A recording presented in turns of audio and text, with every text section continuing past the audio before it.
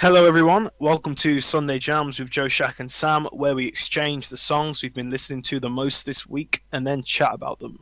So let's jam. My song this week was. Wait, am I even going to try and pronounce it? Do your best. Yeah, just do it. Just fucking do it. I Trollskog Faren Wild Nice. Nice! Beautiful. Beautiful. off their first album, Berg Tat. Probably very, very incorrectly pronounced, but 1995 black metal, folky black metal album. Birth of like melodic black metal and shit like that, in my opinion, because it's like compared to stuff at the time, it's completely different. Joint with Emperor. Emperor and Ulver basically Yeah. co-created that kind of melodic, atmospheric type shit, yeah. And it doesn't sound like shit like the rest. It's still lo-fi, though. Yeah, It's still lo-fi. But you can actually But yeah, make things not out. like- It's not insanely lo-fi. Yeah. So this is some of the most unique black metal I've personally heard so far. I find it to be unique in that it carries the brutal and dark atmosphere of black metal while still maintaining a kind of softer edge to it. And the thing that struck me most, which I don't think will come as a surprise, were the use of clean vocals. And it was a welcome surprise. I thought it was a shame that I was unable to understand the lyrical content of the track since it's written in Norwegian. But the vocal delivery itself, I thought was kind of haunting, really. I liked the sound of this almost ghost-like vocal track quietly mixed into the background that echoes against the sound of the black metal instrumentation. And complemented with the album art, it really did place me in this kind of folky, dark forest, like some kind of grim fairy tale. The forest, man, the classic black metal forest. You're always in a forest when you listen to black metal. Yeah, I'm looking at the lyrics translated to English right now, and it's basically just like a weird story in a forest. Yeah. Well, there you go. It's the quintessential black metal landscape, the forest. I'm pretty sure the name translated is "led astray in the troll forest." Well, Right. there you go, yeah. Sounds very black metal. So for you sure. were spot on. And but like just the sound is enough to give you that. Yeah, for sure. But following on from last week, if you read last week's blog, I know we didn't have a video, and I don't know why that is, but yeah. Following on from my comments surrounding Thantifaxeth, if that's how you pronounce it, sorry if it isn't. Yeah. This is the kind of production I'd like to see or hear more of in my future black metal listening. I think that this kind of lo-fi style best accomplishes the darker and more atmospheric side of black metal, which is what I have preferred so far. Absolutely. agree. Yeah. And that said, I do like how this track mixes in kind of cleaner, almost pure sounding by comparison acoustic guitar just before the 6-minute mark. Yeah. I thought that it kind of added more to this kind of folk tale atmosphere that I was getting from listening to the track, and it just kind of intensified how dark the other instruments actually sounded. And it kind of acted like this kind of glimmer of hope in the story before some kind of conflict, which is illustrated from the song by the quickening of its pace and how it just kind of just fades out into this kind of, we don't quite know what's happened, but we know something has happened within the story that was bad. But yeah, overall, really good track. I liked it a lot. Great. Good. Good to hear. Good to hear. Funnily enough, we're talking about black metal, and I have to start this by saying I pretty much agree with everything Sam said. This is the black metal that I like, it's lo-fi, it's muddy, it's very native singing, it's very distinctively Norse melodies and Norse sounds that you get in the vocals. This song, obviously it's not in English, so we can't really dissect the lyrical content too much, but it kind of has to not be in English because it's so Norse sounding, so Scandinavian sounding in the vocals that I feel like they might as well go the full whammy. They might as well go the full whammy. They might as well Singing it in English would probably take away from that, I feel. yeah, it would have been just a slight pullback from just the overall vibe that they're going for. Well, it's like listening to or watching a dubbed anime almost. You get more of the atmosphere, I feel, with the original subbed anime. It just doesn't sound right. It doesn't sound like how they wanted you to consume this art. Yeah. Because it's just not how it was made. Yeah, it just gets lost in translation. Yeah. So yeah, I can only. It's a good thing, and if you wanna go, if you're English and you don't understand it, then you can perfectly easily find a translation to find out what they were talking about, etc. But in terms of the actual sounds of it, then yeah, it was a plus. There's a nice little guitar solo snippet, which I think is quite early on ish. And I really enjoy those kind of guitar solos. It's not long, it's not overbearing, it doesn't take center stage or force itself forward. It just kind of lingers with the rest of the music. I think it's a very kind of nice change, because obviously in traditional rock music, the solo is like just such a huge thing. Yeah. And I think I think the art of the solo can be used in subtle ways, not just in the kind of arena filling. That's way. exactly what I've got written down. I've got it's like it's not crazy like shredding or anything. It's just like this evocative, just the tone of the guitar is just super emotional sounding, and it sounds melancholy, and it's just nice. Mm-hmm. It's not there to just like make you go like, wow, he's really fucking slamming that guitar. Mm-hmm. Yeah. Building on again from what Sam said, an interesting question I asked myself, when I first started listening to this. First thing I said was, is this black metal? Can black metal have clean vocals and still be black metal? And then ultimately I just decided, yeah. I mean, it has the relentless Gatling drums. It has the kind of frosted, continuous guitar echoing across the landscape of the song. To me, this is more black metal than lots of the newer, more polished stuff with all the screaming and a lot more harsh and a lot more abrasive. It's more. I know I sound like some kind of purist fag, but it does feel more black metal in quotation marks than a lot of the newer style of black metal that you get nowadays. It captures the atmosphere of the kind of cold Scandinavian wasteland that this music wants to absorb us into so often. And I think again, I'm gonna sound like some kind of purist, but I think that is the edge that the Scandinavians have on the Americans when it comes to making black metal. Is the Scandinavia is actually cold, and it actually feels like it comes from an understanding of their surroundings that they channeled into this music, and they created this really cold feeling music. I suppose it's a little bit of a pretentious way to look at it, but I think there is a genuineness or authenticity about Scandinavian Norwegian black metal that you just don't get as much, I think. I feel like a lot of the pagan tradition and everything like that goes into it massively. Like all of the respect for nature and the landscape and everything. That's what gives it that epic, grand, huge scale sound. Yeah, and even though I was complaining a couple of weeks ago when we were talking about black metal, I was complaining about when the kind of new black metalers, they put like soft acoustic-y riffs into the songs, and then even though I was kind of saying sometimes I feel like it can be a bit gimmicky, I feel like it's going to sound a bit hypocritical, but I feel like they just pull it off when they do it. The way they do it, it still feels part of this kind of wintry world. It doesn't feel like it doesn't drag me out. When you get that folky acoustic-y bit in the middle of the song, it doesn't drag me out at all from the vibe.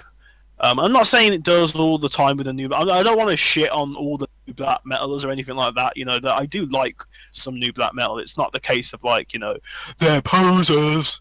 But it's there's just a stronger feeling of authenticity here. And one other thing I wanted to say as well was that kind of the Viking-esque guitar riff that comes in around the 6-minute mark. Wow. Fucking love it, mate. Very, very Norse guitar lick. that comes in around the end. Yeah, very good song. You know, I'd be lying if I said I'm not a bit more partial to the more abrasive stuff that came out in that era. You know, I'm still, you know, my favorite band from that era is probably Dark Throne, who are probably the most abrasive of. Well, no, actually, no. My favorite is Burzum. And then after that, it's probably Mayhem and Dark Throne. So I probably favor the harsher, even more lo-fi, even more abrasive stuff. But this is still really cool, really good song, and I appreciate the snapshot of the atmosphere. And yeah, defo in the forest when I listen to this. Can you say anything more? Can you ask for anything more from these people? I just want to be put into a forest, and they did it, man. They did it. Well done, boys.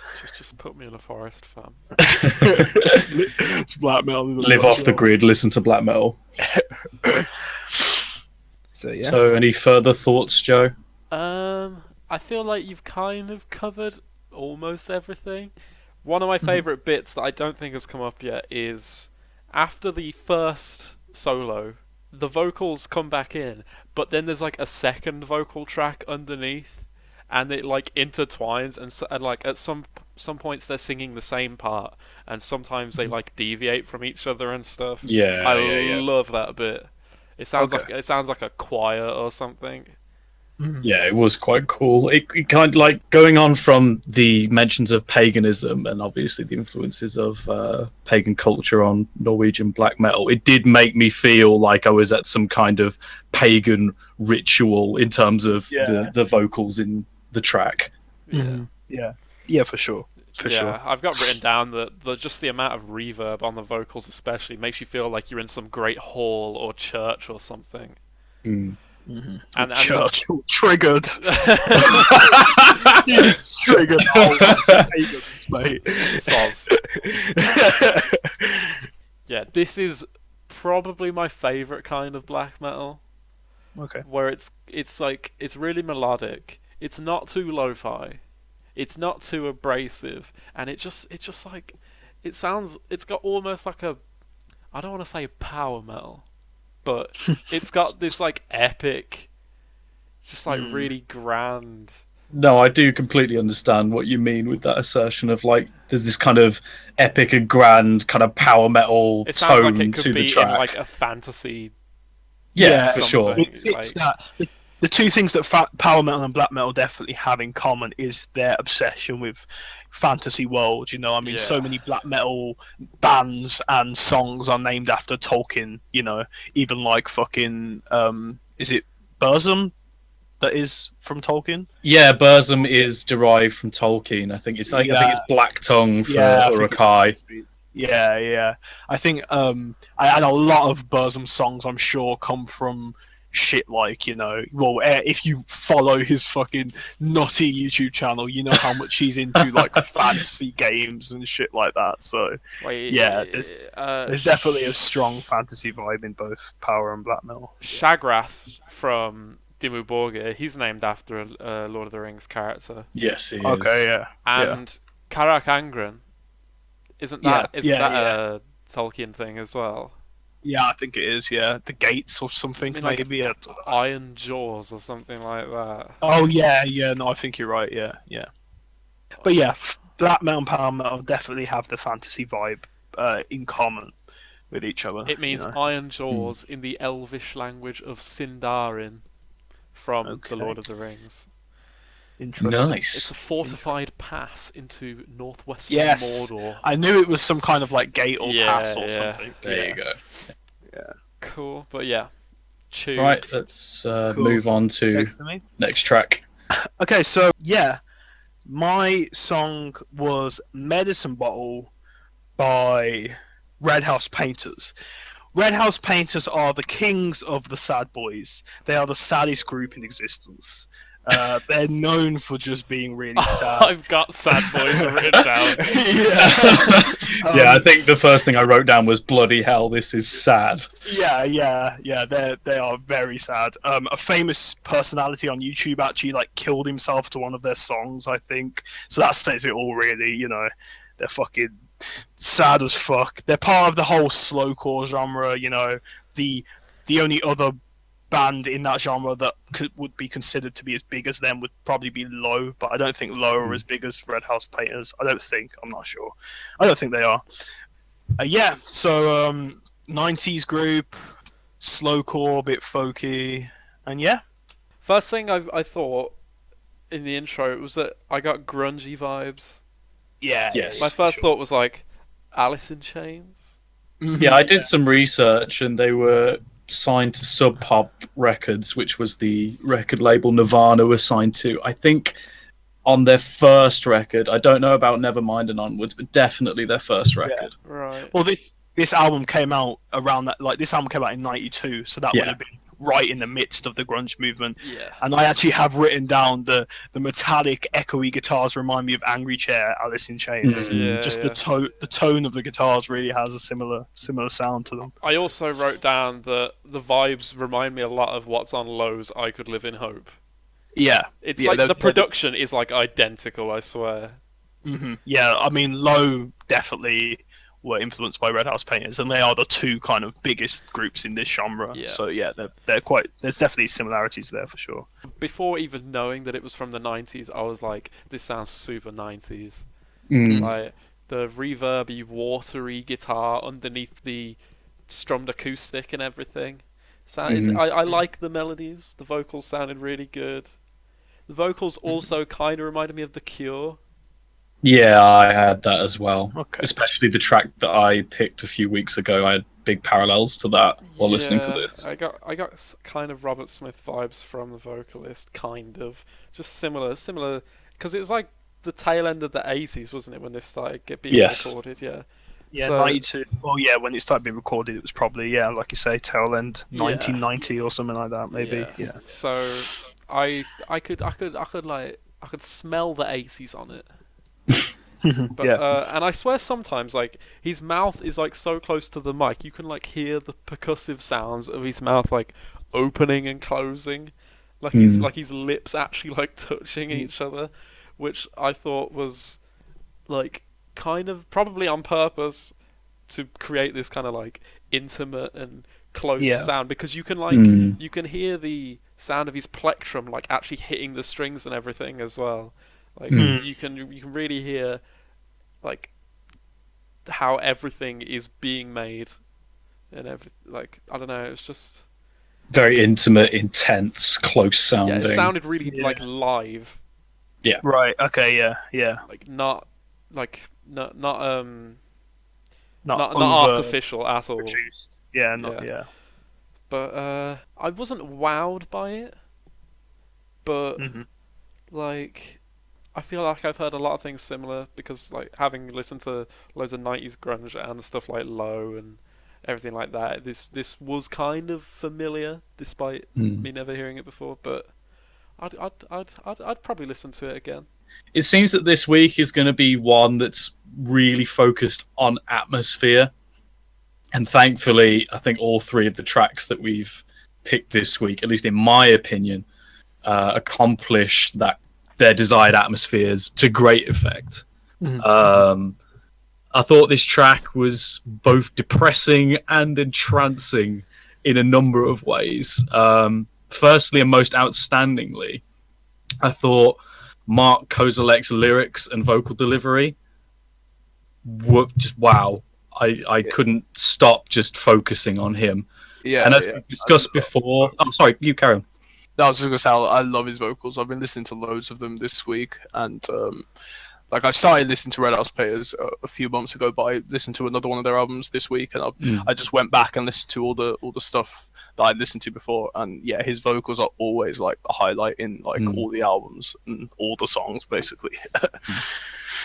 And as we've discussed previously before on other tracks, it is so easy for artists to slip into this kind of melodramatic delivery when discussing romances, whether they're kind of celebrating it or kind of being depressed or resentful about it.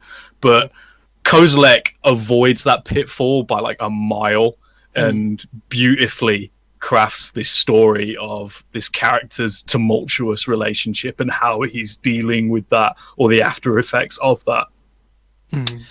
I think kudos as well should be given to the band. Like, as much as I think that the vocals are the highlight of the track, I love how the instruments never really pop out of the mix above the vocals, and instead just kind of hang back, complementing the imagery of the lyrics and this kind of foreboding, sinister kind of sound. And I particularly like how the instrumentation does get a brief moment in the spotlight following the line, "Not wanting to die out here without you." And this kind of distorted guitar riff just hangs in the background, just continuing this kind of sinister vibe to the track, or like this kind of just very big building of intensity. I think it lets the power of the line really sink in and just further adds to this, further adds to the whole song just having a sinister vibe to it. I love it. I've not had a chance to listen to Red House Painters prior to this, but if this track is any indication of the quality of this album, then that's going to change pretty quick. This track is definitely... Well, this track is... it's probably... I'd say it's probably the most popular song on the album, but it's not my personal favorite. My personal favorite is a song called Japanese to English, which is another track on the album. But yeah, no, you definitely should check out... If you like this song, definitely check out the album. I mean, the album is... it's very acclaimed, and it's got quite a huge kind of cult following in recent times, it feels. So... Yeah, I mean, most people will recommend to you this album. It's held in quite high regard, for sure, Down Colourful Hill. So yeah, I absolutely recommend it to you if you enjoyed the song. But yeah, just adding on to the stuff, yeah. Tremendously moody music, as we all kind of know. Quite grungy, but it doesn't have the kind of heaviness, it doesn't have the southernness of grunge, you know, the kind of overt southernness that you get. Exactly. What I love so much in this track, for one, is the marriage of the two main guitar licks. Like, you have the lead guitar with those kind of tangy, clingy, clangy licks, you know, and then you have the acoustic rhythm guitar kind of slapping those chords down in the background. And I just like the way they mesh and complement each other. There's some lines I really love in this song. The one line I really love in this song, how I landed on the island and how I swim across the sea, and it crosses my mind that I may wake to a knife in me. Yeah. I don't know why, but I love that, and I love the way he delivers it as well. So yeah, I had to give a shout out to that line. I really like how there's a break with this long instrumental segment. After he does that not wanting to die out here bit, you have this long instrumental break. Some of the main licks of the kind of tangly guitar switch up, but the rhythm acoustic stays very much a similar kind of thing. And then we have this kind of distorted fuzz from another guitar just kind of crashing away at the base of the song.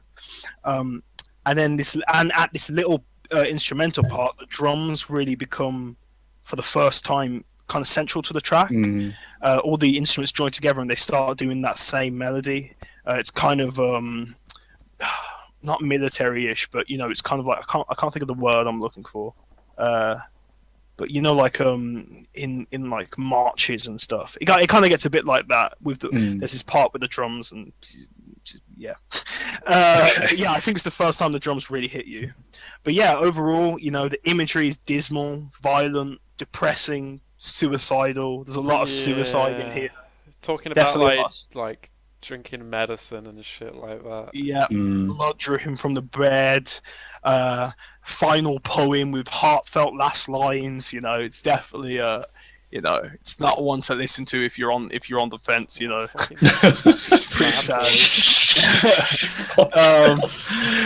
Well, it's not. I mean, a guy killed himself to one of their songs, so you know, I think it'd be irresponsible of me to recommend this to the saddest of the sad, you know. But yeah, the medicine bottle as well, you know, as a piece of imagery. You know, when I hear medicine bottle, I think of, you know, overdose and, you know, X, Y, and Z. Yeah, and Red House Painters deal with the tragedy of relationships quite a bit.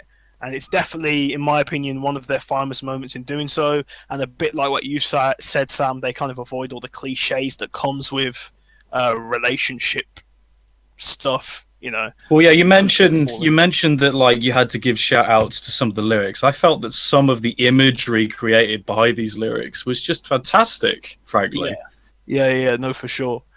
Sure, and this is what I mean. Like, just the fact that it has so much imagery that's not, like I say, cliche. You know, you could sing this song's, you could probably sing this song's content in a much more cliche way than they've gone about it. Yeah. And just in general, the way you approach songs about relationships, I mean, it is 100% the most song about topic on the planet in music in general. You know, so there can't be that many more ways to do it. You know, and I think Red House Painters. I also shout out to American Football. I think they're two of the groups that managed to do it in the most non-cliche ways. I suppose. Love the track. Love it.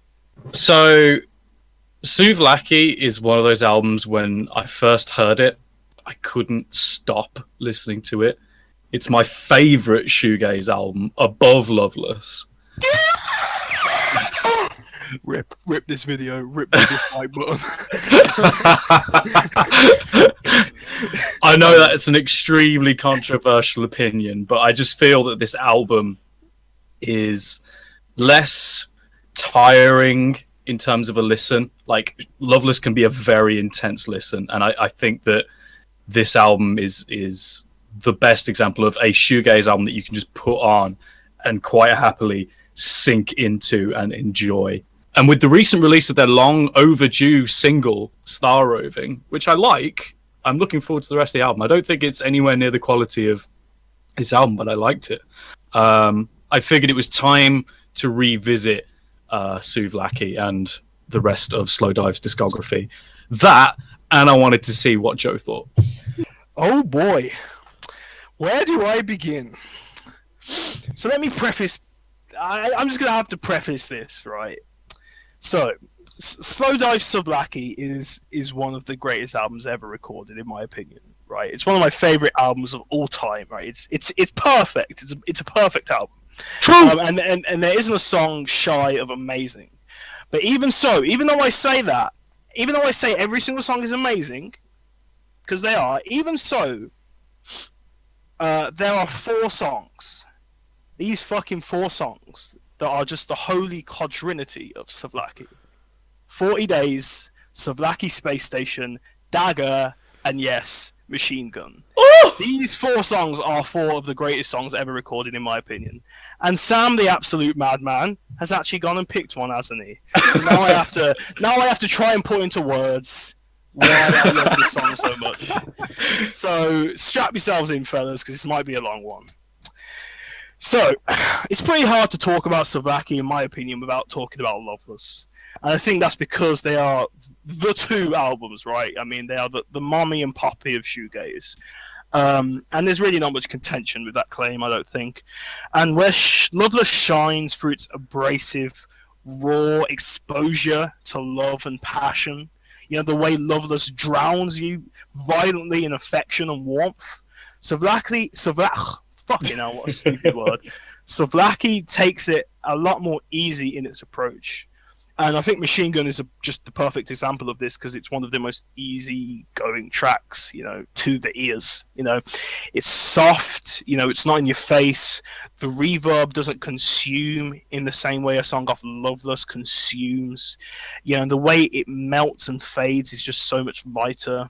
The unsoaked guitars, the acoustic guitars, they really meet with the reverby guitars and create this kind of symphonic, blissful equilibrium that is just kind of indescribably perfect. I think you mentioning that Loveless is abrasive, whereas Souvlaki isn't. I think the best way to differentiate the two is to say Loveless very much goes for the kind of wall of sound approach, whereas I feel Souvlaki kind of goes for like a pool of sound. I actually used the word pool later in this fucking... There you go. I said pool.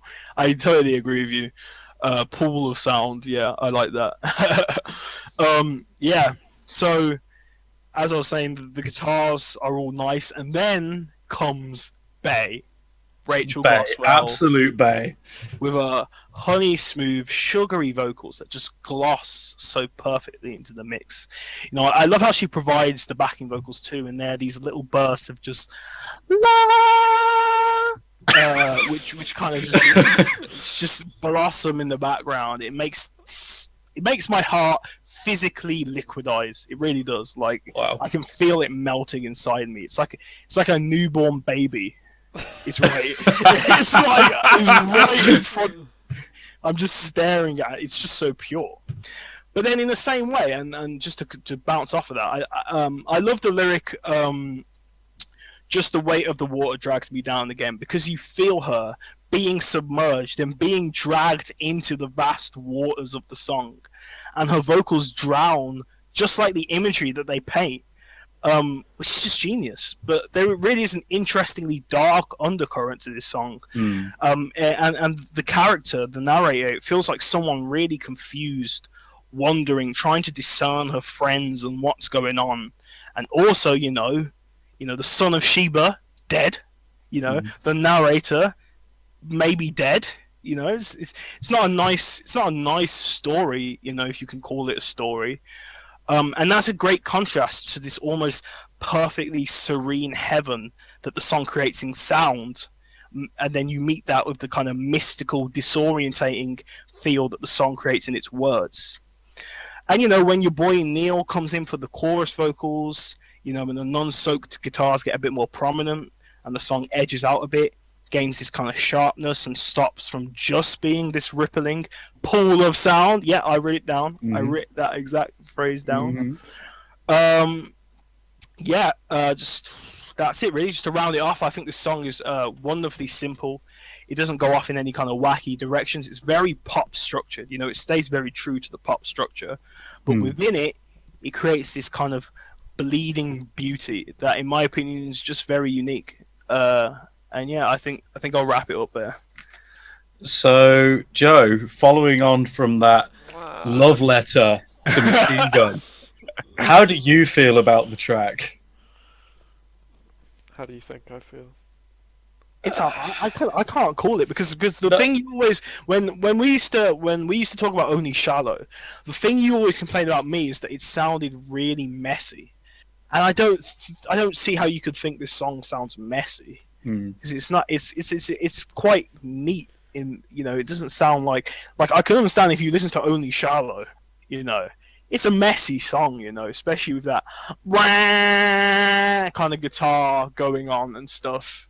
And it's very wailing and it's very loud, So I wasn't sure. I mean, I didn't think you'd love it, but I thought there's no way you could dislike it to the extent you dislike a song like that. Yeah, I think you'd certainly prefer it to what you've heard from Loveless. I'd say that's pretty correct.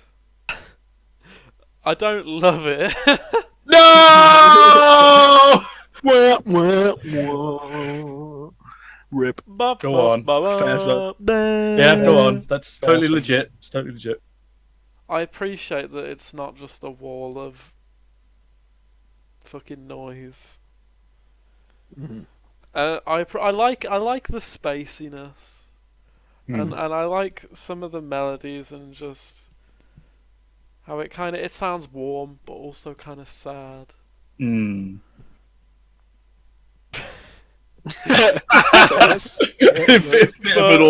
But beyond that, I'm not massive, not a huge. Not a huge fan of it. Beyond That that, is a shame. like shoegaze, man. I don't feel like this is a surprise for anyone who knows my opinions on other shoegaze. It's just not for me, man. Well, how do you feel about more shoegazy Deftones? Because I know you like Deftones. They get very shoegazy for sure. Yeah.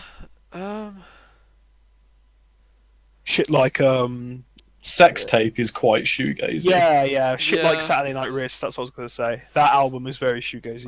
I don't know, man. I can't describe what it is that it just doesn't grab me. It's just, to me, it sounds like the same boring shit for like the whole song. It's not shit though. I don't think it sounds. Yeah, shit. I know you don't. I just think it's just like not much happens. Doesn't engage you, like Right. Doesn't engage Like you. it doesn't sound all that unique to me. Like it doesn't grab me. I think it's one of those things where it's unique for its time. Like it's not unique in 2017 for sure. But I mean, can appreciate innovation, but Yeah. like listening to it now, like this is just after one listen for the first time. Mm. Like the impression isn't one of I'm going to be returning to that. Okay. Because to me, it just like while it wasn't bad, it's like sure, like this sounds all right. Fairs. So whereas me and Shakeel were submerged in a pool of sound, you were put in a puddle. Splashing around, Puddle boys. kicking it with your foot. Like, yeah, it's all right. Yeah. Water in it. Fair enough. I mean, I feel bad think because I don't have that much to say because it's just like No, it's fine. Like we knew it was going to be a bit of a contentious one, and I'm glad that you at least walked away from it thinking it was all right. I preferred the male vocals. Okay, then you should probably check out Dagger. Yeah, I think you'd like Dagger. Just it's not really a shoegaze song. No. It's not. There's nothing very. Yeah, you'd probably like Dagger, and like Sam says, it's kind of Neil who kind of who dominates that song. Yeah. But yeah, I mean, in the end of the day, as much as I love this album, praises I just given it, it's kind of like. It's it's still just music. Music's just music, and you can there are people out there who fucking love. You know what I mean, though. There are people out there who fucking love What's the Story, Morning Glory, and to me it just sounds like garbage, And this all these acclaimed albums, all these albums to get all this fuss, they're all contentious. There's not many albums that have unanimous approval. I mean, there's none. There is 0 albums that has unanimous approval. Like, I think my dad thinks OK Computer sounds like shit. A lot of people think OK Computer, it's not that uncommon. He dubbed it student music. I think. A lot of people have that criticism. Yeah. And it gets a lot of hate. And this is the thing. This is the kind of wonderfully annoying thing about music is that there is nothing that you listen to that has anywhere near unanimous approval. I mean, just go on Rate Your Music and look at the rating distribution and see how many 1, 2s, 3s, 4s, 5s, and 6s there are for albums that you love. There'll be plenty, But when I see shit like that, I just my thought process isn't, oh well, like I guess the music isn't perfect. My thought process is, well, there are some fucking stupid people on the internet. Well, yeah, this is the thing though. Like everyone's got a little bit of music elitism about them, but being humble in that elitism, I think, is key. Yeah. You will never find a safe space for your music taste. And you're not entitled to one either. You should be prepared for a difference of opinion.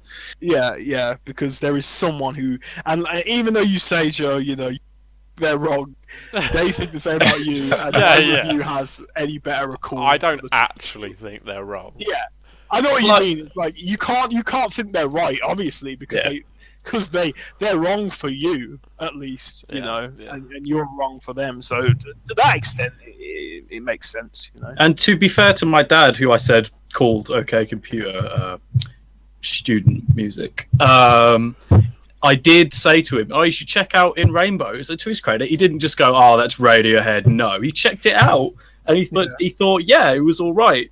Mm-hmm. So it is a case, I guess, of engaging with people's opinions and not just dismissing them outright. It's like, oh, well, you don't like this. Well, clearly, we're just never going to be able to have any discussion about music ever. Right? Yeah. Yeah, I always like trying to tailor recommendations to people. I find it quite a fun task to try and find something that someone's going to get something out of. And I enjoy receiving recommendations, and you could say I'm not that fussy in that I don't really. There's not many genres that I could say I'm unfavorable to, except I guess Britpop is probably one of the genres that I'm unfavorable to. Crunkcore. Okay, I mean the real genres, not the fucking meme genres. I mean like the actual genres of music that have merit. Rip dislike button. The broken side fan. Yeah. Fucking Attila are gonna fucking make a diss track about us. Yo, we'd be famous. That'd be very enjoyable. But to get back to this track and to just give some very general thoughts on how I feel. So yeah, I feel like the beginning of the track is meant to resemble this kind of splash and you entering this large body of water, and for the rest of the song you just sink further and further below the water's surface, sink further into the track. And the whole track just makes me personally feel just weightless. And the vocals in this track are just hypnotic. Like, I love the use of the multi-track vocals and the effects on top of that, but Bay's portions of the track, Goswell's portions of the track, are easily my favorite. Her voice is just gorgeous. And how on earth they got guitars to sound like they do in this track, I will never know. I thought they were keys. I know, you listened to it. I was like, I actually had to check. Even though I've listened to this album a million times, and I've always known it was guitars, I was like, this can't be guitars. There must be a keyboard going on, and it's just guitars. It doesn't matter. They're just super pleasurable to listen to. And it's just one of many highlights from the album that deserves listening by everyone, I think. Even if you are Joe and are going to walk away kind of thinking, yeah, that was all right, you should check this out. Thanks everyone for listening. If you guys listen to the songs, what did you think of them? What have you been listening to this week? Please let us know. If you want to check out the playlist that contains all of our weekly selections since we first did this, and also if you want to listen to the tracks that we discussed today, links to all those things will be in the description. Make sure to subscribe to our channel, give us a thumbs up, share this shit on your social media. Goodbye. That was a sad bye. I'm sad.